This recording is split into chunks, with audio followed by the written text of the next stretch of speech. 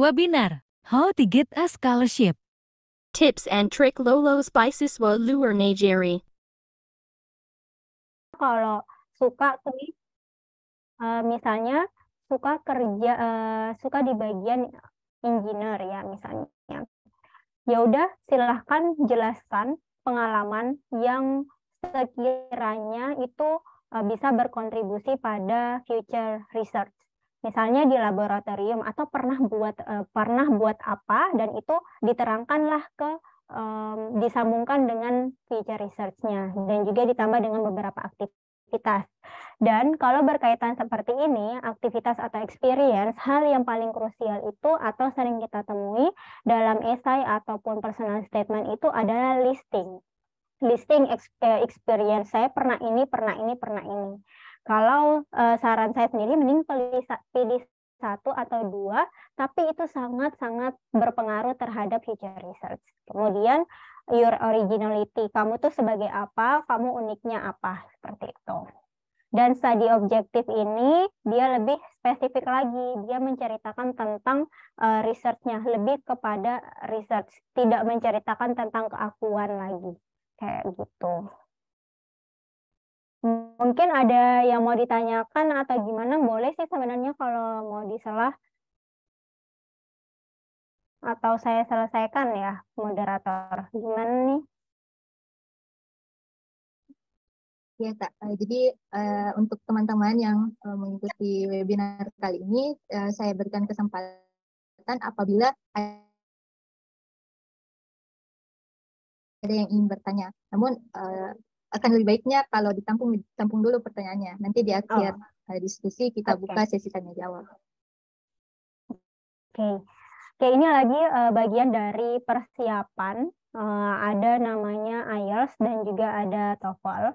Kalau TOEFL itu kan yang teman-teman mungkin sudah tahu ada TOEFL ITP ya, yang sering dilakukan apa sih namanya? Tes tapi yang bukan official tes di beberapa kampus kan untuk persyaratan sebelum lulus misalnya. Nah, sertifikat itu nggak bisa digunakan. Sertifikat yang bisa digunakan adalah sertifikat yang officially tes itu di institusi yang terdaftar. Nah, untuk IELTS atau TOEFL IGT ini lebih umum digunakan untuk jalur yang internasional atau luar negeri. Kemudian minimal skornya itu 6 sampai 6,5, minimal skornya 6 atau 6,5 overall kayak gitu. Dan juga ada beberapa program yang minta itu 7 kayak gitu. Misalnya sosial ya. Karena kan sosial lebih banyak komunikasi, kemudian lebih banyak untuk nulis. Jadi sosial itu biasanya dia minta lebih tinggi untuk nilai skor IELTS-nya. Sedangkan kalau TOEFL sendiri itu range skornya itu berbeda.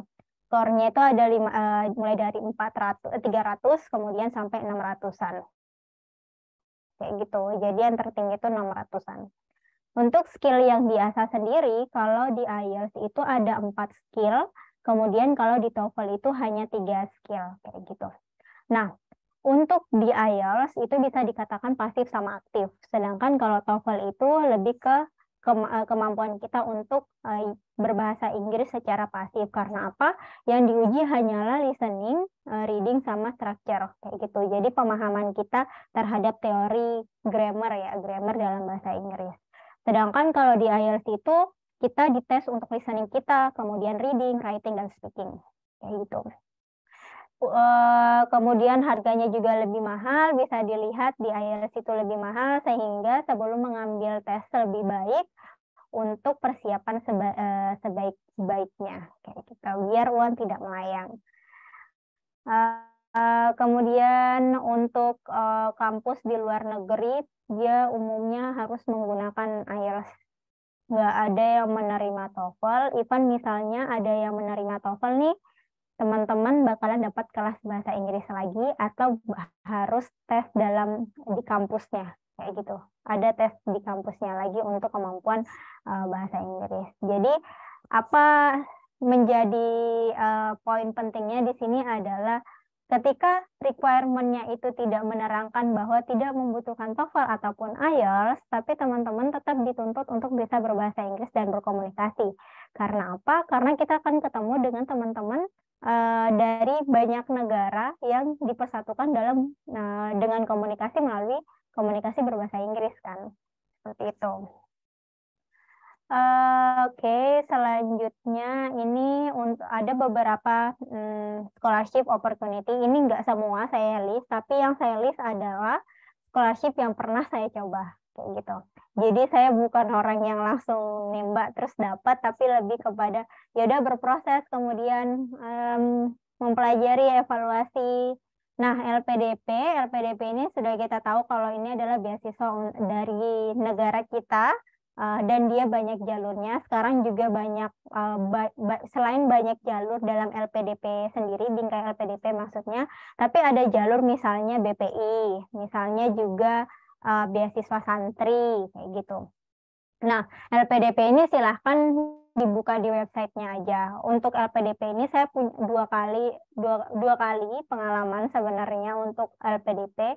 Yang pertama saya sampai diwawancara, tapi kadarullah belum rezeki, dan ternyata itu kan kita boleh nih nanya ya kita salahnya di mana, tapi nggak dijelaskan secara rinci.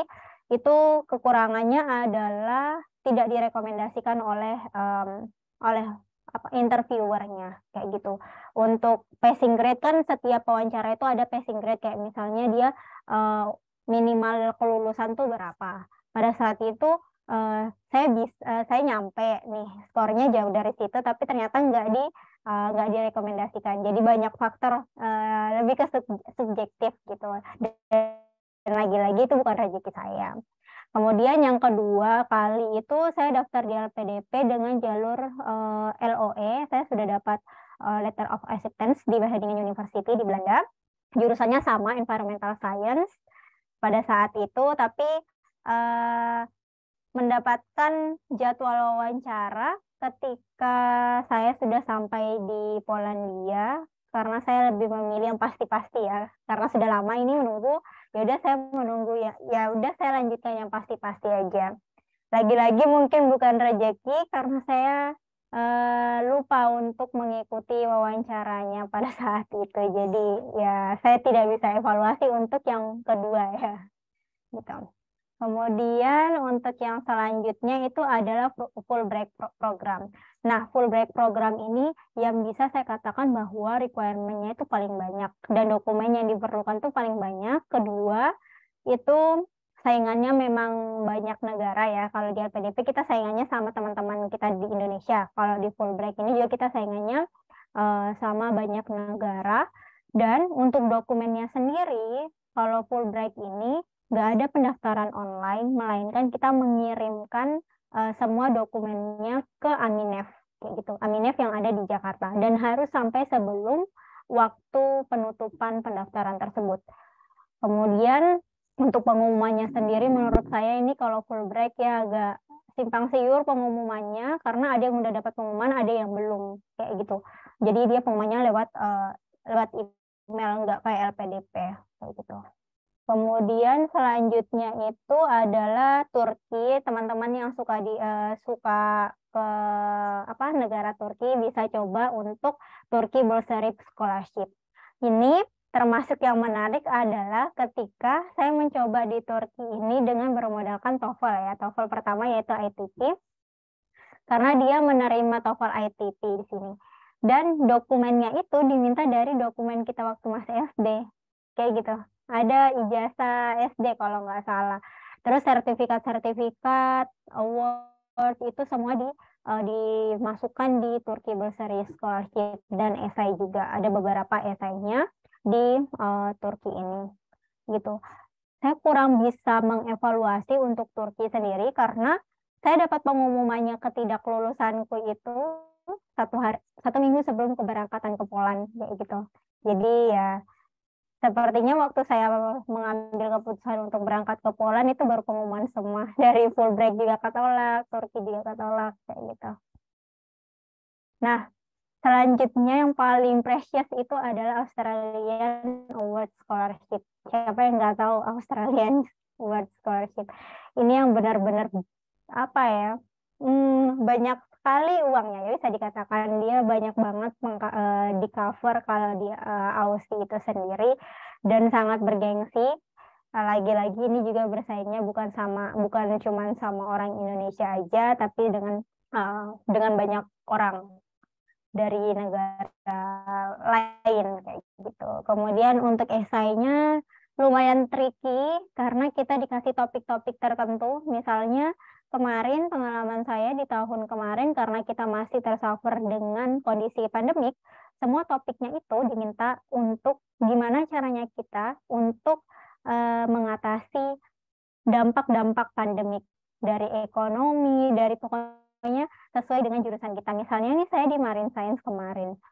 Nah, saya disuruh menjelaskan untuk tentang Marine Science itu gimana, esainya itu berkaitan dengan itu, kayak gitu. Jadi ini luar biasa, dan tetap ya esainya harus berbahasa Inggris. Jadi kemampuan bahasa Inggris emang udah dimulai dari melamar beasiswa. Chevening ini juga bagus banget karena bisa didaftar untuk teman-teman yang bukan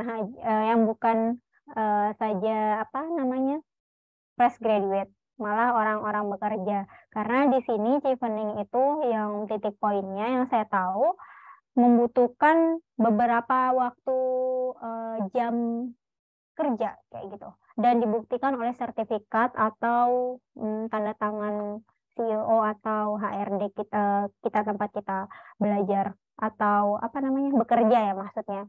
Dan bekerjanya itu boleh yang kayak di laboratorium atau boleh pekerjaan yang memang kita sudah di kantor kayak gitu. Jadi memang ini untuk teman-teman yang sudah rajin berkegiatan selama kuliah, misalnya magang-magang. Nah, magang ini bisa dimasukin di jam kerja di sini. Kalau untuk Chevening. Ini yang menjadi rezeki saya kasih paling terakhir ya, karena Stefan Bana Scholarship itu adalah scholarship dari negara Polandia. Seperti yang saya sebutkan di awal, kalau namanya berubah dan ini generasi kedua. Dan kabar baiknya Stefan Bana itu udah dibuka tahun ini. Dan sampai tanggal 30 Maret kalau nggak salah. Kalau misalnya nanti ada yang mau tanya lebih jauh tentang Stefan Bana, bahkan mau dimentori, boleh nanti langsung PC aja kayak gitu. Nah, saya senang sekali untuk berbagi tentang Stefan Bana Scholarship di PNUP karena Indonesia itu dikasih kesempatan untuk bidang Science and Technology untuk Stefan Bana Scholarship. Karena ini base-nya adalah kerjasama antara Poland sama Indonesia kayak gitu. Dan Indonesia itu bagian Science sama Teknologi kayak gitu. Kenapa? Ini sangat terbukti karena saya sempat juga berjuang sama teman-teman juga, dan beliau itu dari sosial. Pada saat administrasi udah ketolak, ternyata memang Poland itu hanya menerima untuk sains sama teknologi kayak gitu. Karena teman-teman adalah engineer, kemungkinan besar punya kesempatan yang ini kayak gitu untuk Stefan Bana Scholarship. Dan kemudian sudah dibuka untuk Stefan Bana Scholarship, yang di cover itu ada tuition fee, juga uang hidup kemudian uang kedatangan, dan kabar baiknya lagi sekarang lebih tinggi gitu loh. Ada penambahan uang sakunya teman-teman yang melamar di Stefan Bana. Nah, Stefan Bana ini bisa dilamar kalau misalnya teman-teman sudah lulus. Jadi berdoa semoga teman-teman yang masih kuliah, masih nyusun skripsi, nanti masih ada rezeki untuk Stefan Bana. Oke, selanjutnya ini kemarin sempat bincang kan sama panitia, mintanya seperti apa sih untuk mendapatkan info-info beasiswa. Banyak banget sebenarnya. Mulai dari yang sering kita scroll tuh tiap hari Instagram, itu banyak banget akun-akun yang berbagi tentang info beasiswa. Mulai dari akun-akun yang memang bisnisnya sebagai mentor, ataupun akun-akun official dari beasiswa tersebut juga beberapa akun yang fokus pada persiapan bahasa Inggris. Mereka sangat sering banget untuk memberikan info-info tentang beasiswa kayak gitu. Ini bisa dicari di Instagram, semua jenis beasiswa ikuti aja, follow aja karena mereka pasti akan memberikan pengumuman kapan dibuka, kemudian persyaratannya seperti apa, dan langsung ada web untuk rujukan. Lagi-lagi jangan malas untuk mencari informasi karena informasinya nggak bakalan datang begitu aja kayak gitu. Dan penting banget untuk mencari sendiri itu nggak mudah. Lebih baik teman-teman itu mencari teman-teman yang punya visi dan misi yang sama, mau belajar ke luar negeri atau mau melanjutkan kuliah lah setidaknya, sehingga ada saling dukung dan juga tahu informasi yang dibutuhkan oleh teman-teman itu seperti apa kayak gitu. Oke, mungkin terakhir ini tentang NAFA, tentang Stefan Bana itu sendiri. Ini tanggal 31 Maret itu sudah ditutup. Kalau misalnya ada yang berminat untuk mencari tahu tentang Stefan Bana, silakan untuk sharing dengan saya kayak gitu. Nah, oh iya, kemudahan untuk Stefan Bana itu nggak ada esai sama sekali, tapi dibutuhkan rekomendasi yang sangat kuat. Artinya dari orang-orang terpercaya, karena mereka bakalan nggak tahu ya, mungkin panitianya atau bagaimana, mereka akan menelpon atau menghubungi pemberi rekomendasi. Jadi kalaupun nanti yang memberikan rekomendasi ternyata tidak mengenal betul tentang kita, itu bakalan ke blacklist lah istilahnya. Tapi semoga sih nggak sampai segitu ya penilaiannya. Dan beasiswa ini yang mempertimbangkan nilai IPK kita. Gitu. Jadi ada rekomendasi dan juga grade untuk per cycle. Dan modelnya adalah kayak kita di rank gitu. Dari Indonesia di rank gitu. Kalau misalnya jatahnya cuma 10 tahun ini, terus teman-teman ada di ranking 11, ya udah ketendang kayak gitu modelnya. Jadi disesuaikan dengan porsi masing-masing negara.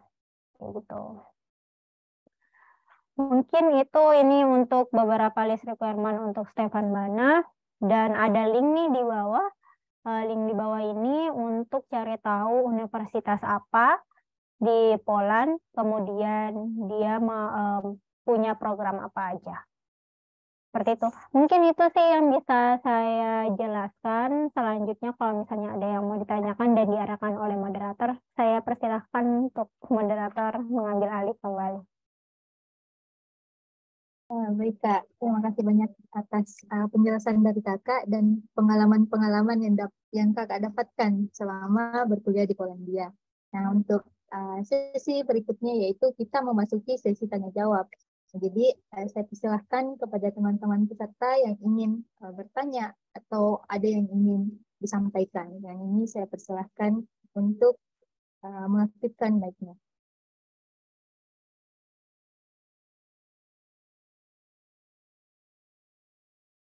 Ya, Kakak Zakia Mukrim, dengan ini saya persilahkan. Iya, baik. Apa suara saya kedengaran? Iya, ya kedengaran jelas. Ya, sebelumnya saya minta maaf soalnya karena saya kurang bagus, rusak. Jadi gini Kak, saya mau sedikit berbagi pengalaman dulu. Saya pernah mendaftar juga dua beasiswa luar negeri, yaitu Turki Burslari sama kayak Kakak di jenjang S1. Dan juga GKS, Global Career Scholarship. Jadi salah satu hal yang menurut saya pada saat itu sangat struggle, yaitu membuat study plan, Kak. Dan mungkin itu salah satu hal yang menurut saya, karena kan dari nggak lolos dua-duanya, Kak. Jadi saya kurang tahu nih kurangnya di mana aja. Tapi asumsi saya itu mungkin dari study plan.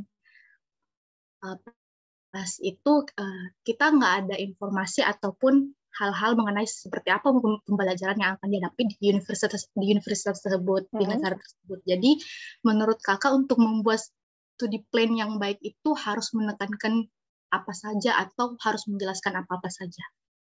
Itu saja dari saya, Kak. Oke. Nggak sejauh langsung saya jawab mungkin ya, moderator. Iya, Oh, ya. Kak. Oke, untuk berkaitan dengan study plan, pertama itu adalah yang kita harus perhatikan selain feature research kita harus paham dengan silabus dari universitas itu universitas yang kita tuju. Karena silabus itu kan ada menyediakan beberapa mata kuliah yang harus kita selesaikan selama masa kuliah tersebut. Apakah mata kuliah tersebut bisa sinkron dengan feature research kita atau enggak? Jadi untuk study plan sendiri harus memperhatikan beberapa hal tersebut, mulai dari silabus, kemudian sinkronisasi antara silabus yang ada di universitas tersebut dan juga feature research. Tambahannya lagi adalah ketika kemungkinan atau spesifikasi tujuan research-nya itu sendiri. Karena kan research secara general kita tahu nih topiknya seperti apa, tapi kita harus menspesifikkan lagi apa yang harus diselesaikan dalam waktu selama kuliah tersebut, kayak gitu. Kemudian selain itu, hal yang krusial adalah penjelasan atau runtutan penulisan. Biasanya untuk study plan sendiri ada template-nya ya, kayak misalnya mata kuliah apa atau risetnya seperti apa, butuh waktu seberapa lama, kemudian metodologi yang kita mau gunakan itu apa, kayak gitu. Tapi ada juga yang study plan itu modelnya adalah esai gitu. Dan lagi-lagi study plan itu nggak berbicara tentang diri kita ya. Sepertinya study plan itu hampir sama dengan study objektif. Cuman kalau study objektif itu lebih singkat karena cuma 1 halaman, tapi study plan itu bisa aja lebih dari 1 halaman kayak gitu. Misalnya dalam bentuk bahasa Inggris, diperhatikan penulisannya, spellingnya, kemudian tata bahasanya, karena hal yang harus kita perhatikan juga adalah ketika kita menulis sesuatu dalam bahasa Indonesia, kemudian ditranslatekan dalam bahasa Inggris, itu bisa aja artinya berbeda, kayak gitu. Dan itu biasanya memunculkan kebingungan. Makanya penting namanya cross-check kembali atau recheck tulisan kita sebelum disubmit. Tuh. Apakah menjawab pertanyaan untuk Kak Zakia? Iya, Kak, iya. Sudah sangat menjawab. Jadi kita harus ini Kak, banyak research tentang jurusan yang kita ambil. Bener.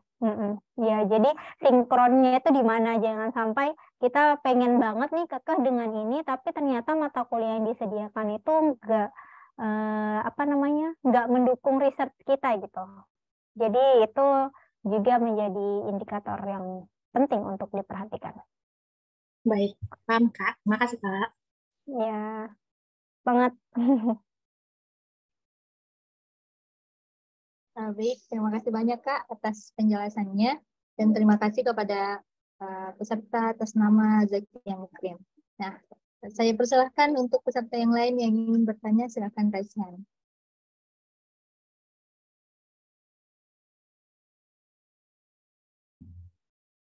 Saya Kak.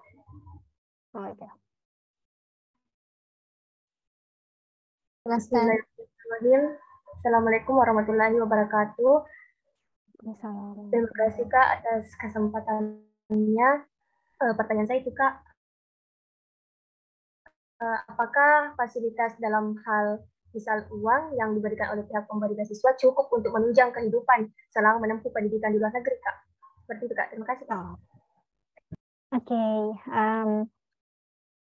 Hal yang harus diperhatikan lagi ketika kita mau nih kuliah ke luar negeri adalah mencari tahu providernya, scholarship providernya.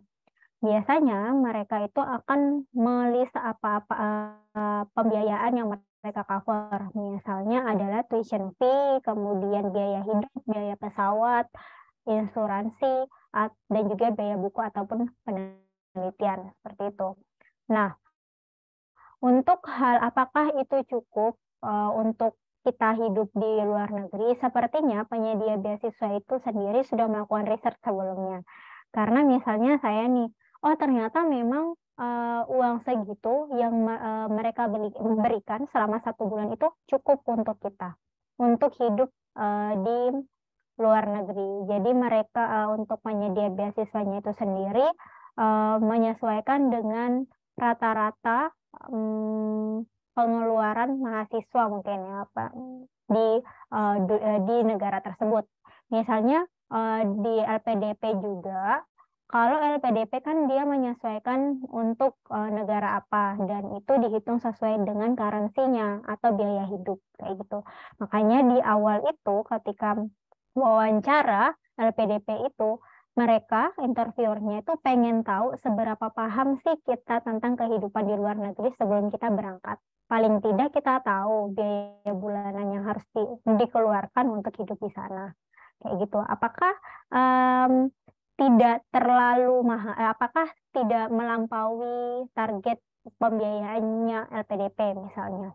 Misalnya ini saya ya, kemarin evaluasi untuk diri sendiri waktu di LPDP, itu karena saya memilih Norway. Norway itu adalah negara yang sangat mahal, benar-benar sangat mahal. Sehingga saya mengevaluasi bahwa mungkin LPDP ini berpendapat bahwa ini tidak mencukupi untuk mengcover kehidupan di Norway, even itu di-provide di Norway. Bisa aja diberikan kesempatan untuk teman-teman yang mau apply di Norwegia ketika jurusannya itu adalah jurusan yang memang menjadi prioritasnya LPDP kayak gitu. Misalnya saya kayak karena mungkin ngerasa bahwa pembiayaan itu terlalu tinggi untuk jurusan yang saya ambil kayak gitu. Mungkin itu sih untuk jadi lebih realistik aja. Tapi itu nggak mengcover nih biaya liburan ya. Kalau misalnya biaya liburan per bulan itu nggak di-cover, tapi lebih kepada kalau misalnya kita bisa saving terus kita pergi liburan gitu. Karena liburan nggak ada di list dari pengcoveran atau biaya yang di-cover gitu. Ya, jadi itu penjelasan dari kakak pemateri kita. Nah, bagaimana saudari Eva Adriana? Apakah sudah dimengerti dari penjelasan kakak? Ya, alhamdulillah. Terima kasih Kak atas jawabannya yang sangat luar biasa. Sama-sama. Terima kasih juga. Ya, untuk peserta lain, apakah masih ada yang ingin bertanya? Silahkan raise hand.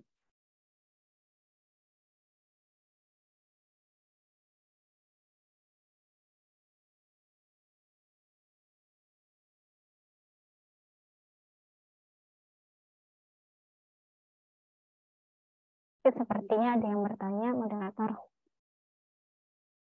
Ya, baik.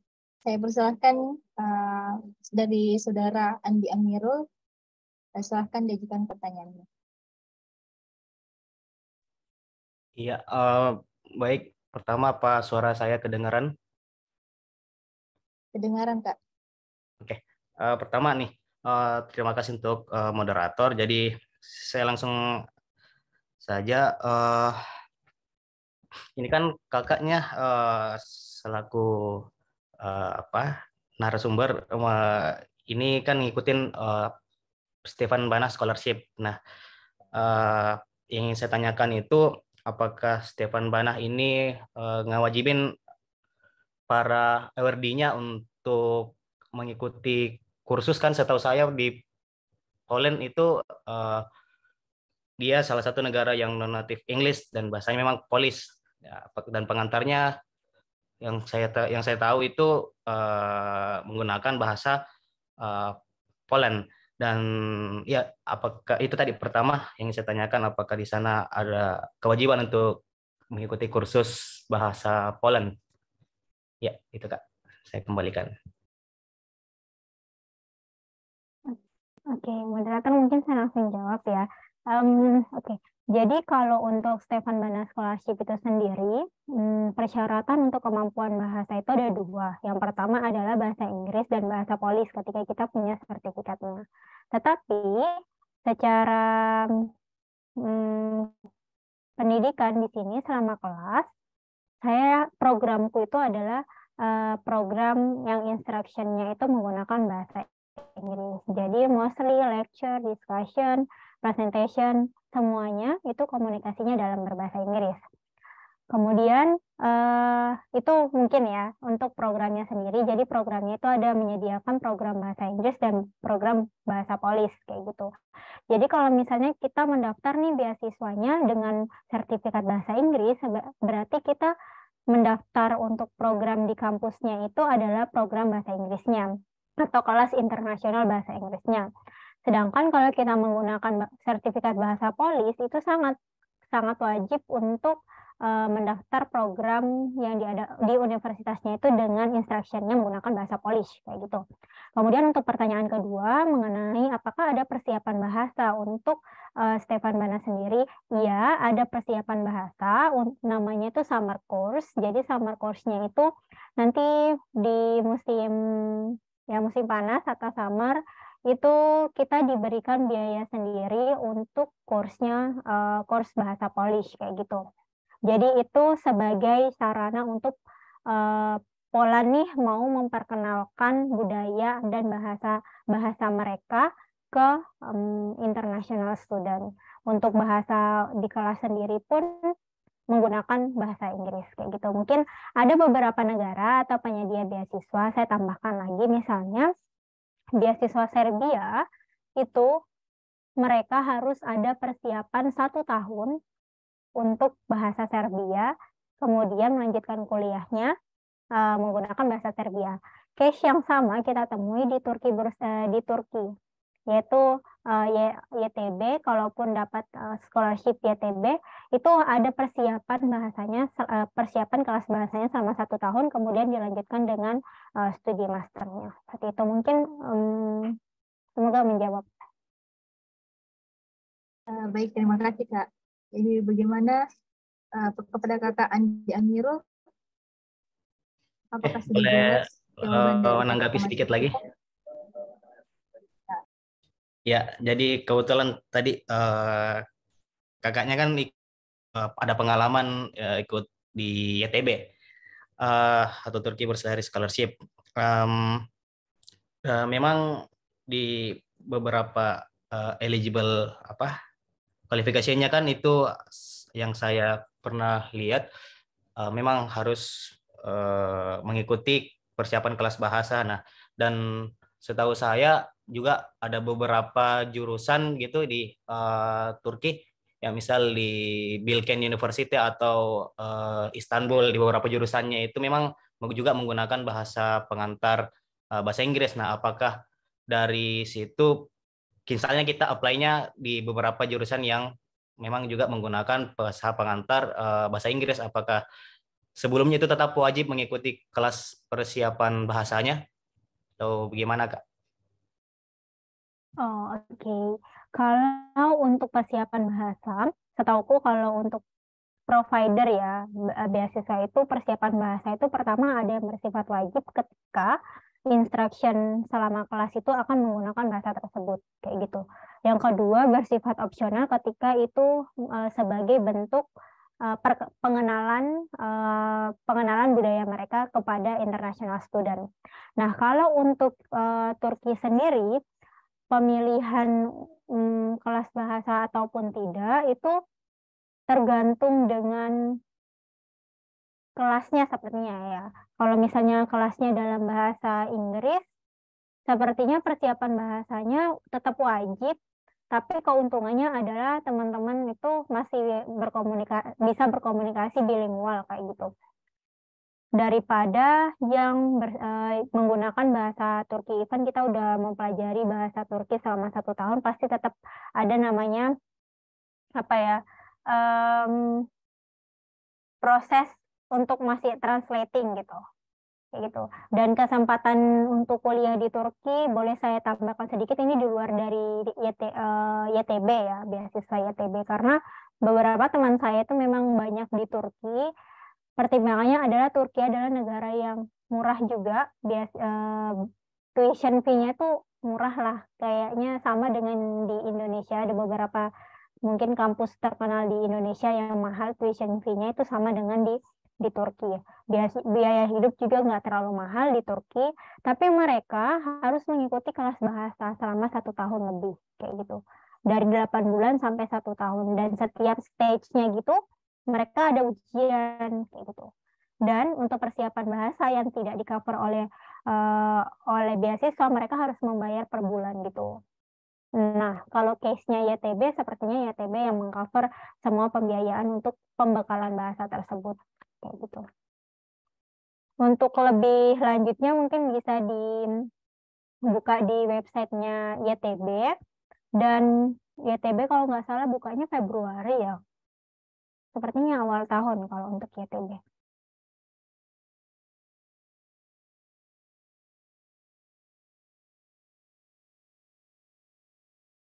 Oke, sudah mungkin sudah coba untuk menjawab. Baik, terima kasih Kak. Jadi saya kembalikan kepada Kakak Andi Amirul. Apakah sudah jelas, Kak? Iya, sebetulnya ya memang kalau mau cari info lebih lanjutnya ya pasti ada di webnya masing-masing, seperti juga macam-macam tadi yang sempat saya dengar, seperti ada apa GKS, mungkin juga ada di Ramadan Government Scholarship, jadi ya mungkin harus lebih cari tahu lagi Iya, hunting benar. persyaratannya itu. Iya, kembali lagi pada kalau misalnya tujuannya untuk mencari scholarship, tujuannya untuk melanjutkan kuliah ke luar negeri dan butuh scholarship, berarti wide range untuk mencari informasi tentang scholarship itu harus lebih frequently. Jadi itu menjadi utama untuk mencari informasinya.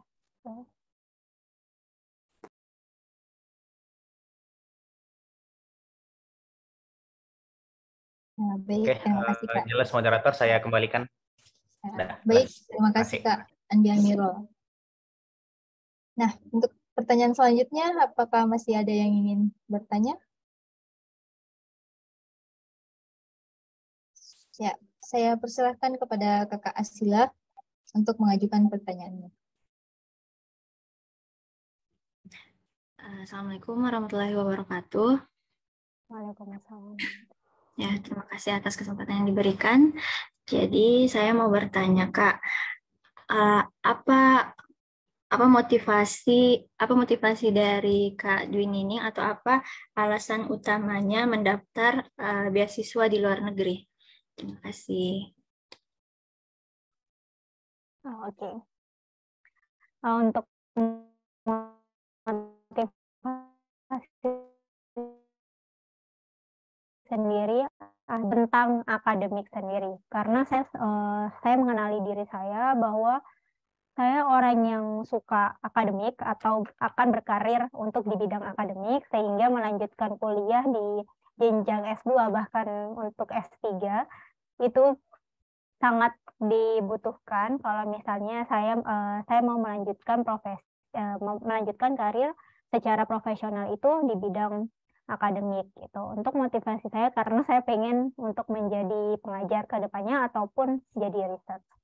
Alasan yang kedua, kenapa saya membutuhkan scholarship, karena dari awal dari keluarga sendiri pun mengatakan bahwa ketika kamu mau melanjutkan kuliah di luar negeri, kami tidak sanggup untuk membiayai secara keseluruhan, tapi kami mendukung segala bentuk perjuanganmu untuk mendapatkan beasiswa, karena perjuangan untuk mendapatkan beasiswa pun juga selain membutuhkan waktu, tenaga, juga membutuhkan materi, misalnya kursus, ataupun juga untuk pembiayaan dokumen, transfer dokumen, dan sebagainya. Nah, motivasi terbesar saya adalah karena saya tahu jalur seperti apa yang membantu karir saya ke depannya.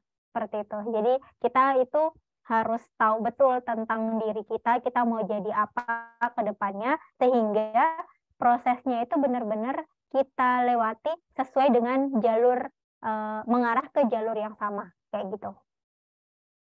Mungkin itu sih lebih kepada saya tahu bahwa saya pengennya seperti apa.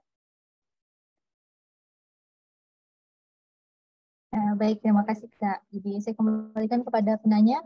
Kak Asila, apakah sudah jelas Kak? Ya, sudah jelas Kak. Terima kasih.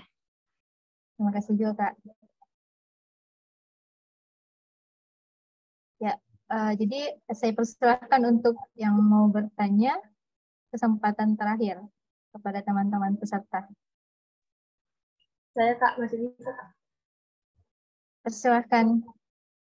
Baik, terima kasih atas kesempatannya Kak. Yang ingin saya tanyakan itu Kak, bagaimana terkait dengan orang yang tidak mahir dalam bahasa Inggris Kak, yang ingin daftar beasiswa luar negeri. Apakah ada negara yang tidak mengharuskan bahasa Inggris Kak? Terima kasih Kak.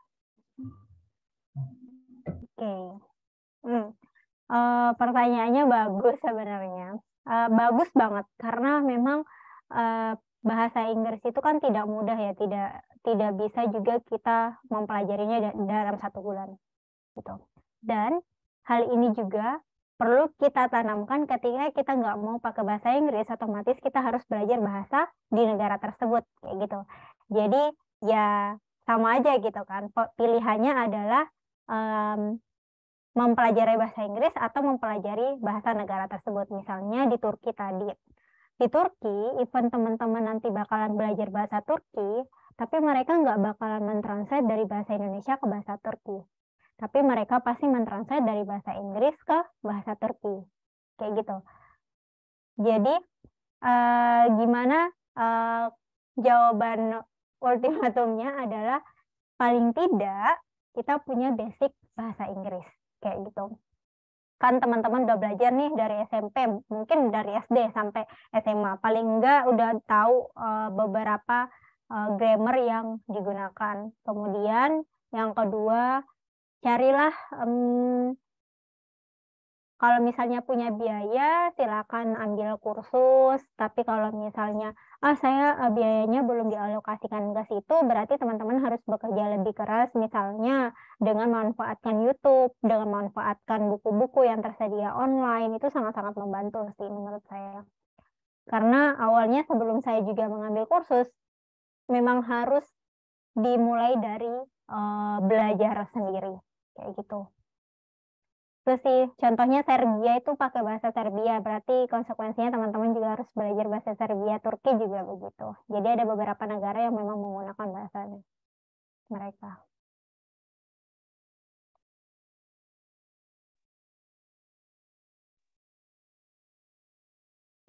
Baik, terima kasih banyak Kak. Jadi saya kembalikan kepada penanya, Kakak Eva. Apakah sudah jelas? Iya, jelas Kak. Terima kasih Kak. Baik, terima kasih juga. Baik, jadi saya rasa sudah cukup diskusi atau sharing kita pada kesempatan kali ini. Nah, untuk info beasiswa lebih lanjutnya, kami akan share ke DB ada peserta teman-teman. Nah, jadi saya ucapkan terima kasih banyak kepada kakak pemateri kita, Kakak Dwi Nining Lestari, telah menyempatkan waktunya dan men-share ilmu yang telah didapatkan di Polandia. Nah, dan bisa saya simpulkan dari pengalaman Kak Nining itu intinya jangan pernah takut mencoba. Karena saya lihat pengalaman dari Kak Nining itu dia sering gagal. Dia sering mencoba beasiswa-beasiswa yang lain, namun Kak Nining tetap berusaha agar mendapatkan apa yang dia inginkan. Nah, saya pun sebagai moderator sangat berterima kasih atas sharing atau ilmu-ilmu yang telah Kak Nining sampaikan. Yang itu, jadi saya ingatkan kepada peserta untuk absen, karena absen yang teman-teman isi adalah absen untuk mendapatkan sertifikat. Saya sebagai moderator mengatakan bahwa tujuan pendidikan adalah mengubah kegelapan menjadi sebuah cahaya. Di akhir kata, saya ucapkan terima kasih banyak dan mohon maaf sebesar-besarnya apabila ada kesalahan kata dan menyinggung atau membuat hati teman-teman tidak senang. Nah, saya tutup dengan ucapan Assalamualaikum warahmatullahi wabarakatuh. Waalaikumsalam warahmatullahi wabarakatuh. Waalaikumsalam warahmatullahi wabarakatuh.